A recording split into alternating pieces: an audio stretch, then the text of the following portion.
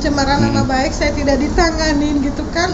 Sangkilan surat-surat atau berkas-berkas saya sudah siapkan. Sudah dipenuhi ya? Sudah dipenuhi. Bukti-bukti juga terpenuhi dengan alasan gimana pihak kepolisian? Ya bermusyawarah aja. Bermusyawarah sudah. ya. Cuman kan ini kan nama baik. Sudah dimusyawarahkan tapi tetap tidak ada. Saya tidak mau musyawarah karena manusianya ini udah betul-betul menghina saya.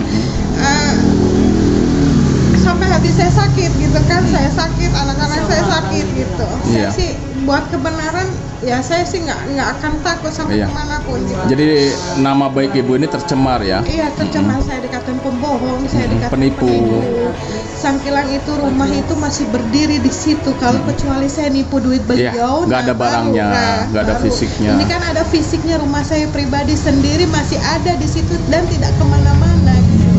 Apa yang tidak dari enggak maksud pengacaranya beliau, memang saya dikasih somasi sama beliau.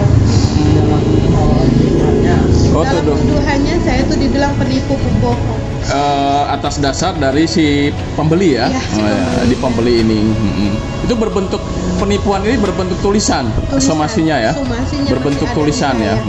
Yang aslinya pun somasi pertama itu saya tidak gubris karena menurut saya penipu apa gitu kan. Saya nggak nipu apa-apa sama beliau. Saya intinya niat jual rumah.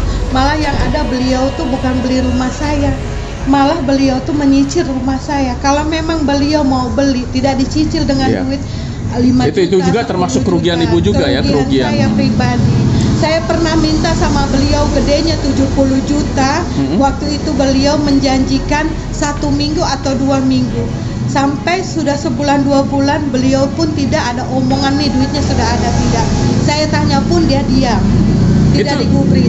Itu kesepakatan cicilan tidak ada ya sebelumnya? Tidak ada sebenarnya. Sehingga dia mencicil. Dengan alasan apa dia mencicil? Kurang paham saya kalau beliau mencicil itu alasannya apa, saya kurang tahu. Permasalahan rumah, jual beli rumah pun tidak pakai makelar dan tidak pakai surat-surat.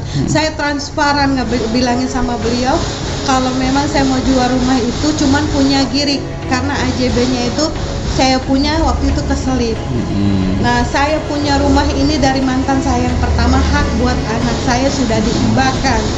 Ternyata saya diginin orang gitu. Saya cuman kecewa aja gitu. Tidak dapat apalagi yang saya pengen punya gitu. Saya kontrak.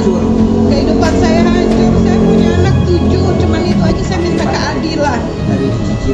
Jadi ketidakadilan ini ibu tidak dapatkan ya? Sudah lapor ke pihak Kapolsek, ke Polsek ya? Sudah ke Polsek, sudah ke Kapolres. Hingga ke Kapolres juga dibantu pengacara ya? Dibantu pengacara bukan cuma satu. Itu dalam proses itu ibu udah ngeluarin berapa dana bu? Saya cuma waktu itu. Kalau ditotalkan dari pengacara sampai hingga ke Kapolres itu? Kalau di total kerugian ibu beliau yang pada mau ngerangkul saya tidak ada biaya, mau bantu itu aja. Bersyukurnya saya beliau tuh mau bantu gitu, tidak ada pungutan biaya. Tapi hingga sekarang keadilan, kebenaran dan keadilan itu tidak dapatkan ya? Tidak dapat. Luncur ke TKP, siap 86.